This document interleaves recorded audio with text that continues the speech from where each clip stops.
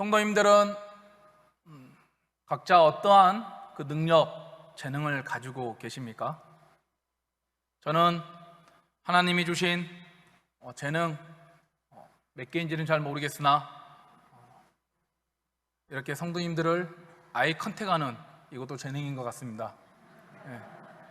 성도님들 각자의 재능도 다들 가지고 계시겠지만 또한 우리는 연약한 유한한 인간이기에 한계도 가지고 있습니다.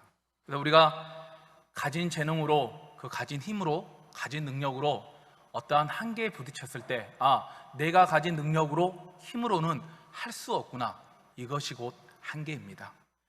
오늘날 우리는 교회 안에서 꼬리에 꼬리를 물고 이어지는 그 사역 속에서 자꾸만 기쁨과 섬김과 보람이 아닌 지쳐만 가는 그런 성도와 리더들을 우리는 종종 보게 됩니다. 분명 성도님들 각자가 받은 달란트가 정해져 있음에도 불구하고 수많은 여러 영역에서 열정적으로 사역하며 헌신하는 그런 성도와 리더들을 우리는 많이 볼 수 있습니다. 때로는 자신의 그런 정서적 그리고 영적 건강을 희생하면서까지 남들에게 시간과 노력을 우리는 쏟아붓곤 합니다. 그러나 그 열정과 헌신은 곧 얼마 지나지 않아 바쁜 사역 때문에 주님과 개인적으로 만나는 시간이 뒷전으로 밀려나고 맙니다. 그에 따라 우리의 그 마음은, 하나님을 향한 갈급한 마음은 점점 더 메마라지며 그리스도와의 그 친밀하고 건강한 관계를 유지해야 하는데 자꾸만 우리가 사역에, 자꾸만 그 맡겨진 일에만, 사람에게만 우리는 치중하고 나아간다는 것입니다. 우리가 그리스도와 친밀하고 건강한 관계를 유지하려면 날마다 주님과의 그 만남을 가져야 하는데 시간을 갖는 것이 중요한 것을 알면서도 그렇게 한다는 것이 무척 힘들다는 사실입니다. 오래 지나지 않아 하나님을 위한 사역에 비해 하나님과 함께하는 시간이 턱없이 부족해집니다. 어느덧 그 사역은, 내가 맡은 책임은 내가 가진 재능과 내가 가진 영성으로 버텨낼 수 있는 수준을 넘어서고 맙니다. 건강한 정서가 바탕이 되지 못하면 우리의 삶과 가정 그리고 교회에 막대한 악영향을 주며 사역에 수많은 지장을 초래하곤 합니다. 그래서 한계를 넘어선 건강 상태는 우리의 몸과 마음을 날로 피폐하게 만들어 우리가 교회를 향하는 그 발걸음이 점차 무거워지고, 그리고 사역의 보람과 기쁨보다는 책임과 부담이 우리 마음속에 가득하게 채워집니다. 그래서 우리가 처음 그 사역과 맡은 직분을 처음 가졌을 때 그 의욕과 열정과 헌신은 점점 바닥을 향해 내려쳐가고 결국 우리 마음 가운데 남은 것은 지치고 힘든, 그리고 부정적인 감정만이 우리 마음을 지배하곤 합니다. 이들에게 한계란 받아들여야 하는 하나님의 선물이 아닌 정복해야 할 대상으로 바라보고 있다는 것입니다. 그래서 이들은 마치 무언가를 열심히 쫓기라도 하듯 활동을 끊임없이 멈추지 않다가 결국에는 신앙의 한계에 부딪혀 삶의 균형을 잃고 몸과 마음이 완전히 탈진되어 정서적, 영적으로 무너지고 마는 것입니다. 우리는 잘할 수 있는 일, 그리고 멋지게 감당해낼 수 있는 역할이 있는 반면 제대로 끝내지 못하거나 열매 맺지 못하는 일과 역할도 있게 마련입니다. 우리가 모든 일을 멋지게 항상 감당하며 잘할 수는 없습니다. 그래서 우리가 자신의 한계를 받아들일 때 우리는 정서적으로 건강한 성도가 되어 우리가 할 수 있는 일과 해야 할 일에 집중할 수 있는 것입니다. 그러면 오늘 본문을 통해서 우리가 정서적으로 건강한 성도가 되려면 어떻게 해야 하는지, 먼저 그 첫 번째는 한계라는 하나님의 선물을 우리는 받아들여야 합니다. 본문 11절과 14절 말씀을 보면 모세가 여호와께 여짜오되 어찌하여 주께서 종을 괴롭게 하시나이까? 어찌하여 내게 주의 목전에서 은혜를 잊게 아니하시고 이 모든 백성을 내게 맡기사 내게 그 짐을 지게 하시나이까? 책임이 심히 중하여 나 혼자는 이 모든 백성을 감당할 수 없나이다라고 모세는 자신의 한계를 하나님께 고백하고 있습니다. 오늘 저희가 읽은 본문 민수기 11장을 살펴보면 모세가 자신의 그 지도력의 한계를 경험하고 영적 침체에 빠진 사건이 나옵니다. 모세는 이 백성들의 감당할 수 없는 그 요구, 즉 고기를 더 달라는 요구에 모세는 폭발하고 맙니다. 본문 13절에 이 모든 백성에게 줄 고기를 내가 어디서 얻으리이까? 그들이 나를 향하여 울며 이르되 우리에게 고기를 주어 먹게 하라. 그렇지 않아도 모세는 이 이스라엘 백성을 애굽에서 노예 생활 400년 동안 갇혀 있다. 드디어 하나님의 은혜 가운데 이 이스라엘 백성을 출애굽하여 이 강야까지 인도하면서 수많은 신앙의 한계를 부딪혔습니다. 먼저 부딪힌 신앙 한계는 무엇입니까? 바로 출애굽하자마자 바로 앞에 부딪히는 홍해라는 큰 신앙의 한계에 부딪혔습니다. 그때에도 이 이스라엘 백성들은 울며 부르짖으며 우리를 장사할 곳이 없어서 이곳으로 우리를 수장하게 하느냐 하며 모세에게 원망불평하였습니다. 또한 이 하나님의 은혜 가운데 이 홍해를 건너 또 강야까지 인도하면서 그들에게 항상 먹을 것을 주며 물을 마시게 하며 그들의 원망불평을 들어주었지만 이 이스라엘 백성들의 끊없는 요구와 불평에 결국은 이 지도자 되는 이 모세는 결국 자신의 한계, 지도력의 한계에 부딪히고 마는 것입니다. 그런데 여기에 고기를 달라고 모세에게 원망하고 불평하며 엄청 울면서 부르짖는 소리에 더는 감당할 수 없었던 것입니다. 그래서 모세가 자신의 한계에 부딪히자 이 11절에 모든 백성을 내게 맡기고 그 짐을 지게 하여 저를 괴롭게 하시나이까? 이렇게 모세는 하나님께 외치며 하소연하고 있는 것입니다. 성도님들, 사람은 아무리 자기가 많은 능력을 가지고 있을지라도 결국에는 모든 일에 한계가 있게 마련입니다. 이 성경에 나오는 믿음의 사람들도 혼자서 일하지 않았습니다. 하나님께서 함께 돕는 사람을 붙이거나 동역자를 주셨다는 사실입니다. 대표적인 예로 예수님도 이 땅 가운데서 공생의 기간 동안 이 3년 동안 일하시면서 혼자 일하시지 아니하고 그리고 이 부족하지만 너무나 허물 많지만 이 제자들을 부르셔서 예수님께서 그들과 함께 사역을 나누게 되었습니다. 그런데 오늘 본문에 나오는 모세는 혼자서 일했다는 사실입니다. 이 출애굽 백성들이 최소 200만 명이 되다 보니까 이 200만 명의 그런 진짜 많은 일들을 혼자서 듣고 판단하고 재판하는 것이 얼마나 힘들었겠습니까? 그러니까 모세는 몸과 마음이 피곤해지는 것입니다. 그 상태에서 모세가 이 끊임없는 백성들의 요구와 불평불만을 듣게 되니 모세는 드디어 자신의 한계에 부딪혀 탈진하게 되고 영적 침체에 빠지게 된 것입니다. 모세의 경우에서 보듯이 이 가중한 사역이 영적 침체의 원인이 될 수도 있습니다. 우리가 이 즐거워야 할 사역, 내가 맡은 이 하나님께서 주신 이 귀한 직분이, 귀한 사역이 정말 기쁘고 즐거워야 하는데, 보람되고 정말 내가 즐거움으로 섬기고 헌신해야 하는데 힘듦과 괴로움, 이 사역이 노동으로 어느 순간 다가오게 되는 것입니다. 우리가 감당하는 사역이 아닌 노역이 될 때 그것은 우리 몸과 마음을 지치게 하고 결국은 우리를 정서적으로 다운시켜서 우리 또한 영적 다운이 될 수밖에 없는 것입니다. 그래서 우리가 하나님이 주신 이 한계라는 선물을 받아들일 때 나타나는 하나님의 축복이 무엇입니까? 바로 하나님께서 우리와 함께 일하신다는 것입니다. 만약 우리가 우리의 그 약함과 한계를 인정하지 않은 채 여전히 우리가 이 사역을 향해서, 내가 맡은 직분을 향해서, 그런 결과를 향해서 달려가는 일의 노예가 된다면 하나님께서는 우리와 함께하는 그 사역에 개입할 수가 없습니다. 우리가 하나님에게 개입할 수 있는 그런 여지를 주지 않기 때문입니다. 그래서 우리는 내 자신의 그 약함과 신앙의 한계에 부딪혔을 때 우리는 할 수 없음을 인정하고 겸손히 하나님 앞에 나아가 도우심을 구할 때 그 약함과 한계를 뛰어넘어 일하시는 하나님을 바라보며 나아가야 하는 것입니다. 그래서 하나님께서는 재능과 더불어 우리에게 한계라는 선물도 주신 것입니다. 내가 다 할 수 없음을 인정하고 한계라는 하나님의 선물을 받아들이는 것이 바로 하나님과 이웃을 사랑하는 것이며, 더 나아가 내 삶과 가정 그리고 교회와 사역에 선한 영향력을 주며 정서적으로 건강한 신앙생활을 할 수 있는 바로 밑바탕이 되는 것입니다.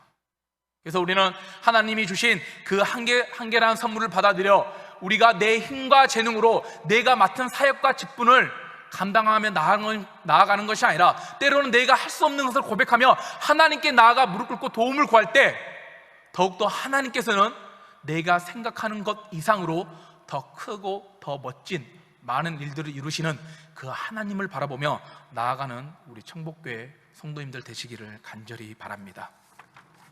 우리가 정서적으로 건강한 성도가 되면 두 번째는 우리가 그 받아들인 한계를 하나님 안에서 극복해야 합니다. 민수기 11장 15절, 주께서 내게 이같이 행하실 때인데 구하옵나니 내게 은혜를 베푸사 즉시 나를 죽여 내가 고난당함을 내가 보지 않게 하옵소서. 모세는 자신의 한계를 하나님께 받아들이고 인정함으로, 그리고 또한 하나님께서 그 한계를 해결해 달라고 하나님께 간절히 부르짖고 있습니다. 어떻게 부르짖습니까? 하나님이 아니면 이 내가 부딪힌 신앙의 한계를 해결해 줄 수 있는 사람이 없음을 고백하며, 하나님께서 해결하지 못하면 저를 죽여 주십시오라고 이런 목숨을 거는 하나님 앞에 결단하는 고백으로 나아갔던 것입니다. 성도님들, 우리 사람은 누구나 스스로 설정한, 그리고 나는 할 수 없는 그 한계를 누구나 가지고 있습니다. 그래서 우리 모두는 나는 진짜 이것만은 안 돼, 나는 진짜 이것만은 할 수 없어, 이런 한계를 가지고 계십니다. 성도님들은 어떠한 한계를 가지고 계십니까?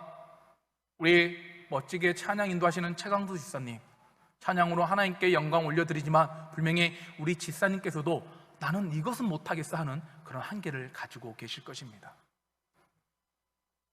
그리고 우리 백승 장로님, 멋지게 하나님의 그 복음을 정말 사람들에게 증거하고 파는 일을 맡으시지만 정말 우리 장로님께서도 나는 이것은 정말 안 되겠어 하는 그런 한계를 다 가지고 있습니다. 그러면 성도님들 앞에 있는 이 부족한 종, 이 김성원 강사, 어떠한 한계를 가지고 있겠습니까?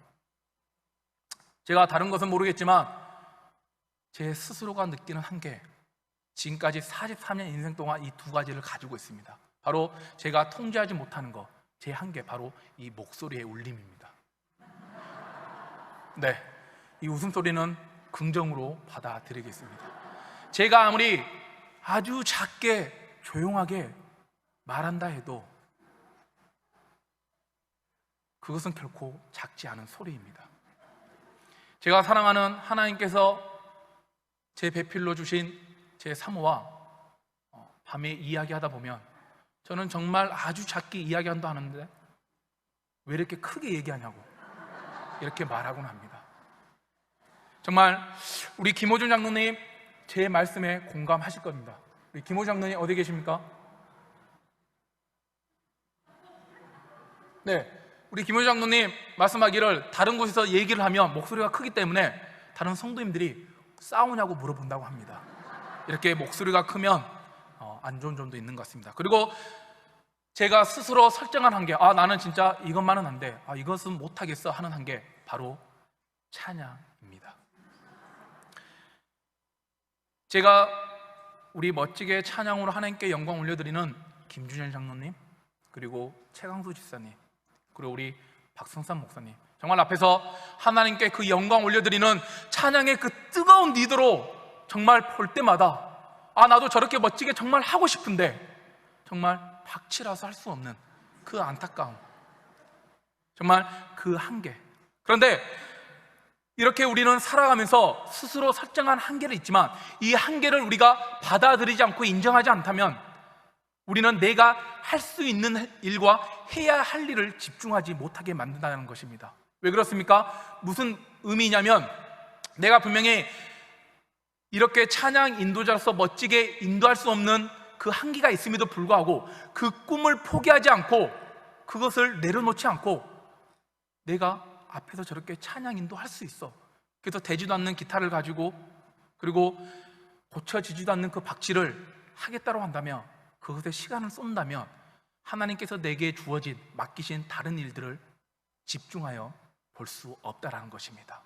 하나님께서는 우리가 극복하고 노력해야 할 일도 주시지만 우리가 감당할 수 없는 일도 주셨기에, 한계라는 선물도 주셨기에 하나님께서는 여러분들을 통해서, 성도님들을 통해서 내가 너를 통하여 너가 감당하지 못하고 네가 붙잡고 있지 말아야 할 일이 아닌, 네가 감당할 수 있고 네가 감당할 수 있는, 해야 할 일과 할 수 있는 일에 집중하기를 바란다는 그런 하나님의 뜻인 것입니다.